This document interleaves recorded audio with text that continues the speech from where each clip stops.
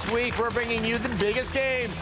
And the new Elder Scrolls is the definition of big. Yes! I'm so excited! Skyrim gives players over 16 miles of land to cover. There's danger around every corner. You know, like huge freaking dragons. Scary dragons. Let's get an exclusive look at the game. Yes.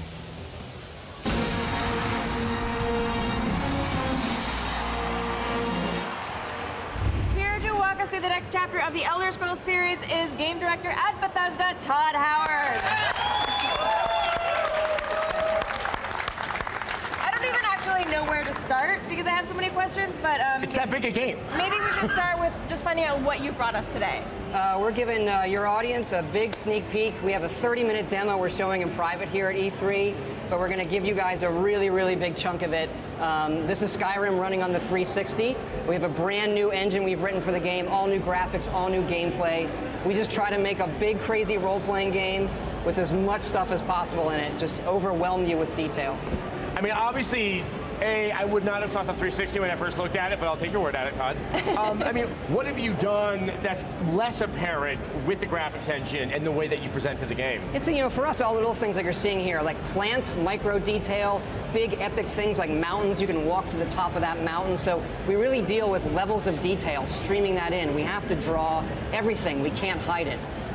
You know, being able to look at all these plants, pick up the flowers. We're really big into just suspending your disbelief that you are in this world. You can play in third person as well. So we have a new animation system which looks great. A lot of people like to do this, something we spend a lot of time on as well. I mean, are you guys just a little bit crazy when it comes to putting those flowers all on the ground? We are crazy. We have a really big team of amazing people at Bethesda. The group that did Morrowind, Oblivion, then Fallout 3. And after Fallout 3, we jumped on this, and we just wanted to make, you know, hey, let's throw the stone as far as we can. And so you have a sort of a new AI system as well. We do. We have this new system called Radiant Story that makes the game dynamic for you. What we're showing here is you can swing, your right trigger does your right hand, the left trigger does your left hand. You can hotkey items. So I'm putting a healing spell in my left hand, so you are who you play. You want to play like a battle mage, you just do it. You don't have to pick some character in the beginning. You can put that spell in either hand. So right trigger and then left trigger. What's really cool is if you pull both triggers at the same time, you're going to get a bigger, more powerful version of that spell. Up here, this is new. These are called the Guardian Stones. These are standing stones in the game that you'll find, and they help you define your character by kind of having the stars bless you with a special power. You can only have one of these at a time. So this one right here, the Warrior Stone, is going to make all of your warrior skills increase faster. But so this is not something that you pick in the beginning of the game. This is something that happens along the way. No, you find them as you play. These three are kind of the basic ones. You find them very quickly. All right, looks like we have some combat here. We got some wolves here, and as you do things, you know, using your sword, using your shield, you're just going to get better at those things automatically. Your skills are going to go up, and then every skill you increase is going to make you push more toward leveling. This is cool. First time we're showing it the game's interface. So it has 4 different sections, and you can look at all of the items, and we have thousands of these things. And what's really cool is they're all 3D. You can look at them, zoom them around, see like what kind of culture made these, and our artists just went to town. I mean, literally thousands of objects, right down to these elven helmets, the food you pull off creatures, porker meat here, there's salmon, and you can cook those things and they become better. Just the level of detail that we go to it astounds even me. I mean, I like the fact that we're teaching kids if you cook your salmon, it will, on the whole, it's taste better for you, yes. And this is the skills menu. So you look to the stars, and it's like you have this custom constellation for how you've been playing the game. And what's really cool is when you level up, you get to pick a perk. So each of these is actually a perk tree as well. And then as you play, it's drawing this constellation for you. So just looking at your perks is a lot of fun. And then the map here, it really shows what the engine can do. We're just pulling the camera back, and there's the world. Wow. Back to sort of the classes that we saw there, you have taken a new approach with the leveling system where you're not kind of setting yourself on your path before you've started playing the game. Right, you just play, and then you get better at certain things. Then when you level up, the perks let you define your character even more. This is one of the first towns you come to, Riverwood. And here you're going to see some of the dialogue here. And it looks like that when you're conversing, if you played Fallout, if you played Elder Scrolls 4, camera zooms in, you're kind of looking at the It's all real townspeople. time. It's kind of just a trim thing for us now, not to take you out of the game. And you'll see people having jobs. You can do all these things as well. So one of the things, now I can pick up a job too if I think, hey, blacksmithing looks awesome. I can. you can do it. Smithing is a skill. You can improve your weapons. We have a working economy that you can either do. You can actually sabotage this wood mill if you want. So am I going to be able to participate in that economy? slightly. It's kind of, you know, it's a light touch, I would say. Right. We have horses as well. Now, that horse doesn't have any armor right now. It doesn't. Insert all the jokes you want. We'll sell it later for exorbitant sums. Yeah. So horses are a great way to get around the world faster. Yeah. We're riding up into the mountains here, and you're going to see the weather change dynamically. Yeah, no, obviously with all this free roaming, sort of, there's always been that ebb and flow from Morrowind to Oblivion of, you know, do you allow the enemies to sort of level up with you, or can you inadvertently wander to an area where you have very high-level enemies? How have you dealt with that? It's something we've done differently each time. This works very much like Fallout 3 in that there are harder areas, there are easier areas. We do randomize it a bit to keep it interesting based on your level. Here you're going to see the biggest mountain in Skyrim, the throat of the world. And at the top of this live the Greybeards. They're masters of the voice, and that's one of the powers you learn. This is one of our dungeons, Bleak Falls Barrow. It's one of our over 150 dungeons in the game. And here, the ancient Nords used to worship dragons, and they're long lost to the Elder Scrolls, but as you guys know, they're back in this game. And these dungeons are hand-drawn? Yep, they're professional? all handcrafted. The whole world is handcrafted. You put 150 handcrafted dungeons in? We spent a long time. Yeah, here you see a dragon coming in. They're unscripted. You know, we don't know what they're going to do. Right. So they're great. You know, they came out way better than we thought they would.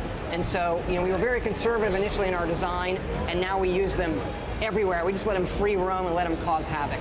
Well, I gotta say, looking at that dragon, I don't think it sounds like Sean Connery. Then people are already shouting Game of the Year. No pressure or anything. No pressure. But No they're pressure at already all. We shouting can it. dial those down a little bit. It would be helpful. It was the shot of the salmon and the jerky is what sold them. Like they love knowing that. So when we last left the game, we were outside beautiful Vista mountaintop. We had dragons attacking. Now we're in a dungeon. Now we're in a dungeon. We're showing some of the dual wielding here. Again, you can put what you want in your hands, and you are who you play. We got some, you know, the combat is really overhauled. You're going to get some kill moves and things like that. And constant feedback too. I've noticed like every action that you do, you're getting some sort of Yeah, you know, if you can affordance on just play screen, the letting you game, know. it's going to tell you, hey, you're getting better at this. This is a guy you find down in the dungeon who's been caught in the spider web. Oh, wow. He's this thief who's stolen this golden claw that you're after when you come into this dungeon. And so, I mean, in true Oblivion style, I mean, Elder Scrolls style, you can decide if you want to free him, save him, or just nuke him with your fire Right, but hand. then he's a jerk and takes off, so he gets his. There we go. You're done. Love it. And then down in here, this Nordic ruin there are Draugr. These are undead ancient Nord warriors who are buried in this tomb. And upcoming, you're going to see me use one of the shout powers. So you use the dragon language and shout, and you're going to do this a lot throughout the game. That's cool. And so now you learn the words, but then you have to kind of unlock the power of the word. You Is that do the case? unlock them by absorbing dragon souls, and there is some of that coming up. Okay. Okay, let's talk dragons for a minute. Your character is a dragonborn. What does that entail? That means you're born with the soul of a dragon. That shout you just saw is called Whirlwind Sprint. It allows you to sprint very quickly through dangerous areas. And upcoming here, we're going to show another shout, which is Slow Time. Oh, wow. All right, so we're fighting this guy You here, can and dual then wield the spells. I love that, and there we go. Oh, jeez. Wow, And is that if you that's use the awesome. same spell on each hand, you can use them both at the same Right, time, if you pull and both triggers, you're going to power that up. You can put staves as well. So we have magical staves. You can have 2 staves if you want, put it in either hand. And it's really nice to light certain areas. And we do use water to kind of guide you through dungeons at times. And So then that's a navigational cue then, as follow the. we just use it as a visual element sometimes because the dungeons can get complicated. Right. Uh-huh. Little beautiful lighting effects, by the way. Yeah, I mean, this is it's amazing. absolutely Yeah, a our gorgeous game. artists really have done And a how tremendous job. How quickly can you assign? I mean, we saw a menu pop up earlier, but say if I want to change on the fly, okay, I don't want the axe anymore. I want to switch it to another weapon. You favorite things, just like you would a web page. You can bookmark items, and then you can use your D-pad to access those quickly. And what you're seeing here is one of our word walls. This is where you learn the dragon language. So you'll kind of take the knowledge from it, and then learn this word, and then when you kill dragons, you decide which words you want to unlock, and then use those as shouts. And each shout has 3 levels. And it's the longer you hold the button, the more words you say. Oh, wow. Here's a dragon priest. They're kind of a high-level boss. And will killing him, will we be able to take his soul then and unlock that shout? Or? He's not a dragon, so I don't absorb his soul. Okay. But this is, you know, he's a high-level boss. You're going to get better treasure by defeating him. This is incredible. I'm in awe watching these battles already. So good. So there's no mini mart that we can hop to and just purchase dragon souls in bulk. Then we can't get a satchel dragon souls. This spell here is called clairvoyance. So if you get that, it'll actually draw a path to your current objective, because our dungeons can get complicated sometimes. So it's a nice way of guiding the player. And with those shouts, you said that there's 3 levels. Does that mean we have to use like 3 souls to unlock those levels, or we just hold it and then it powers up those levels? You'd have to have collected 3 souls to get all 3 levels. Is that why this game has over 3 trillion hours of gameplay? Is that? We don't know. We have lots of people, hours? good tools. We spend a lot of time, and the games just, they end up big. We want to cram it with stuff. Like, here's the tundra. This is this big, wide open grassland in the middle of Skyrim. And not all the creatures are going to attack you on sight. So you have these mammoths who wander the tundra with giants. You see one of our big cities in the distance, Whiterun. Gorgeous.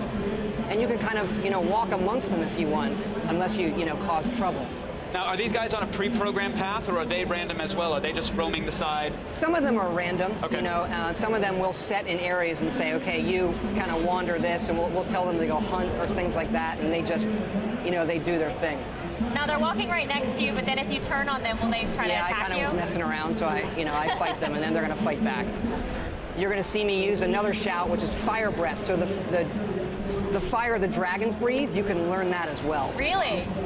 Now, there is one of those dragons that we're talking about. Yeah, he's back. He just had a field day. There was some ragdoll physics there. Yeah, what just happened? Did he pick him up? They can randomly pick up guys. We just give them a lot of behaviors, and then they do their thing. They can pick up guys, do bombing runs. So that's all real time. That's all procedural. This dragon is acting according to. Correct. So what are some of those attributes? Do you tell them how hungry they are for villagers, or how much fire they need to breathe per day? Or? We give them the same stats a lot of our creatures have, and then we just give them behaviors, and the AI works. They'll decide in the situation, what is the landscape? Can I fly around more? Do I need to land? Do I need to stomp around? Should I pick this thing up? And here we're going to absorb the soul of the dragon. All right, so we just defeated the dragon. And then that's going to allow me to unlock other shouts. And here comes another one. So there can't have multiple dragons at once. You can't? They will appear in packs sometimes as well. Okay. That's a frost dragon that just arrived. It's a much, much tougher dragon. How is it tougher? He's harder to kill. His frost breath will not only hurt you, it'll slow you down, drain your stamina.